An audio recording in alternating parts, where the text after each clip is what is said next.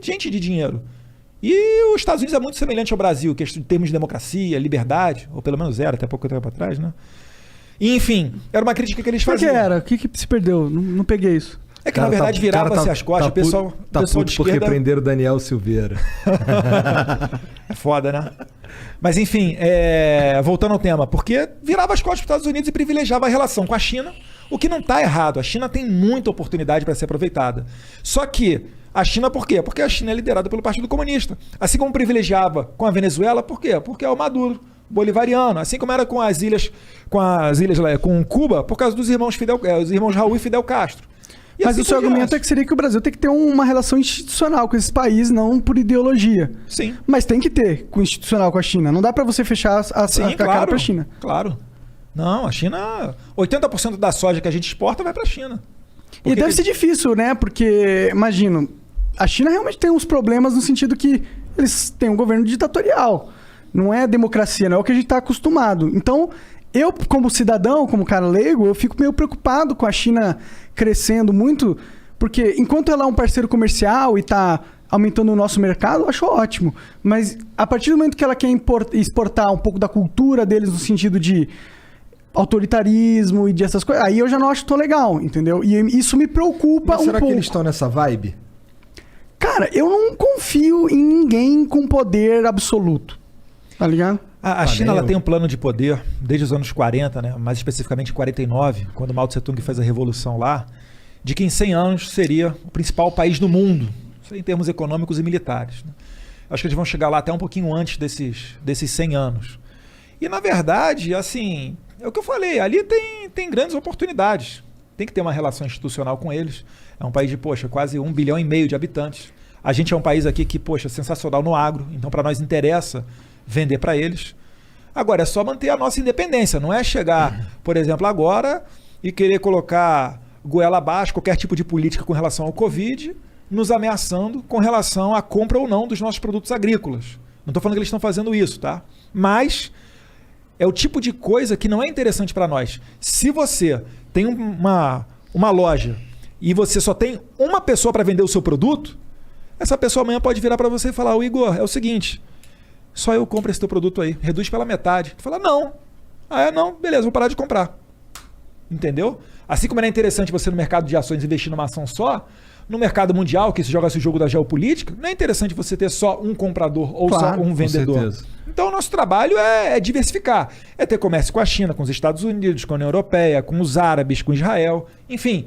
É fazer aquilo que tem lógica de mercado e não fazer o que tem lógica de ideologia. O Brasil, a gente perdeu quase $1 bi para construir um porto em Cuba que não produz nada, não é hub de nada, o Porto de Mariel em Cuba. A gente gastou, mais de 15 bi de real mole em Abreu e Lima, que não refina nada. E olha o problema que a gente está vivendo hoje com a Petrobras. A gente é dependente do refino internacional. É por isso que tem essa questão toda. Uhum. Não se pode abaixar, a Petrobras não pode abaixar tanto o preço, a ponto que fique desinteressante do investidor internacional mandar para cá o produto dele, porque senão ocorreria desabastecimento, mas também não pode elevar tanto a ponto de acabar com a nossa economia.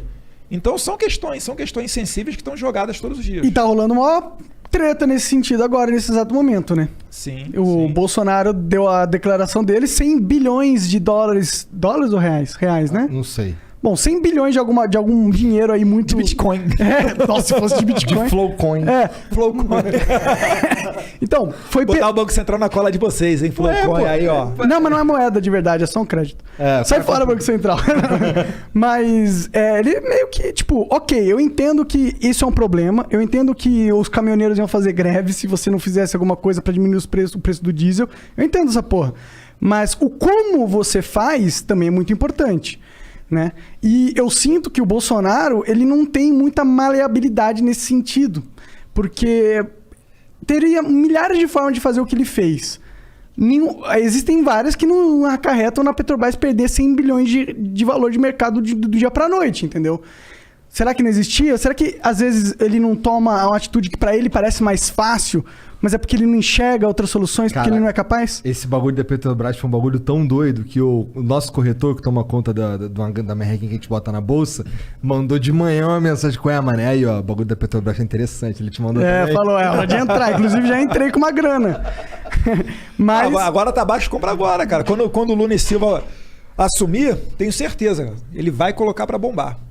Pelo seguinte, outra coisa, o mandato é de 2 anos. Tava prestes a acabar. O que eu fiquei sabendo, é bom tomar cuidado com as palavras, tá vendo? Ó? É que poderia ter sido dado, nesse momento agora, esse último reajuste, um reajuste abaixo. E parece que, só de birra, o presidente da Petrobras deu um ajuste a maior do que seria necessário. Por que o presidente da Petrobras está agindo como uma criança? Boa pergunta. Chamar ele aqui no Flow. Seria ótimo, pode vir. Ele não é um cara incompetente. Agora, o presidente é uma pessoa totalmente aberta. Outra coisa, o presidente lidar com os caminhoneiros. Parece que o presidente da Petrobras não. Então, assim, tudo que faz sentido, se você apresentar para o Jair Bolsonaro e explicar para ele, e ele é extremamente inteligente, ele vai adotar. Ele fala, não entendo nada de economia. O Paulo Guedes senta lá, explica isso, isso e isso. A gente está tendo o governo mais liberal de décadas. Agora, não se dá Mas é que olha a competição também do cara, né, mano?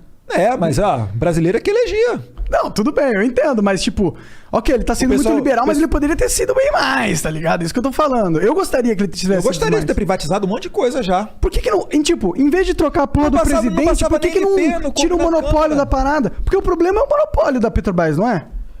Também. Então por que você vai atacar um sintoma em vez de atacar o problema de verdade, tá ligado? A doença de verdade. Tinha medida provisória caducando na Câmara porque o Rodrigo Maia não aprovava. Você acha que ele ia realmente deixar a gente marcar um gol com privatização? Então é a Câmara que tá bloqueando. Agora a gente tem um horizonte muito melhor. Você vê só, já estamos falando em privatização da Eletrobras. Poxa, isso aí, tempo do Rodrigo Maia, esquece. Não tinha como. Por que o Rodrigo Maia fica de birra com vocês? Por que ele é um inimigo político de vocês? Tão forte, ferrenho? Porque talvez o que ele queria, a gente não deu pra ele. Ele estava acostumado com outro tipo de negociação e a gente não estava permitindo. Será que é só isso? Pergunta pra ele. Porque tá rolando umas negociações no governo Bolsonaro, né? Sim, algum diálogo tem que ter. Ora, é o Congresso Nacional. Eu entendo assim que é institucional, de certa forma. Mas... Antes reclamavam que ele não tinha governabilidade, que ele não conversava com o centro. Agora tá conversando com o centro, etc. Então fala, tá se... Calma aí, cara. 2 anos e meio quase, sem nenhum escândalo de corrupção. Em 2015, no último ano de Dilma... Nenhum grande escândalo de corrupção. As estatais me apontam... Não, tem umas paradas que cheiram muito mal aí. Qual condenação que teve? Não, condenação não, mas é o brasileiro, tipo... Pra bom entendedor, às vezes meio palavra basta, né?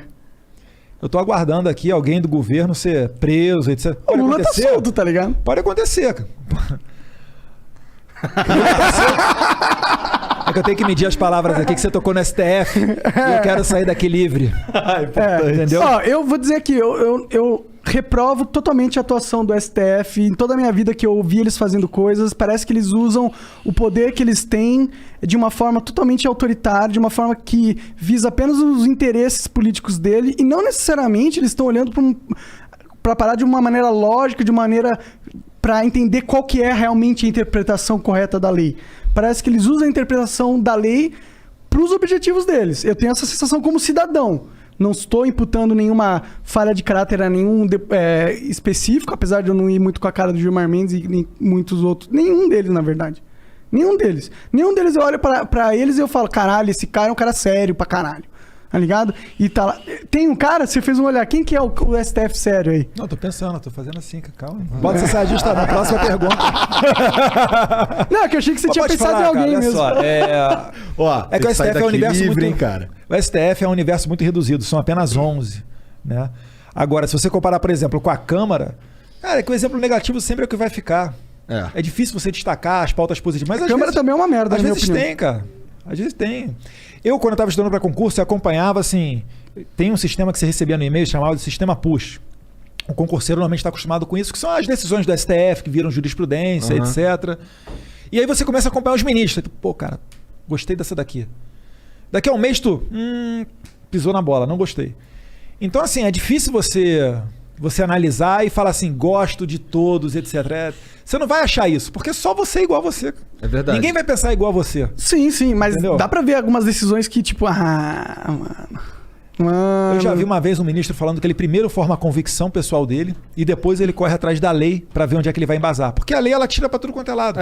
Você pode manter um cara solto ou um cara preso ao sabor do que você pensar. Então talvez é um argumento que a lei talvez esteja um pouco precisando de atualizações, né? Não é. Eu acho que precisa.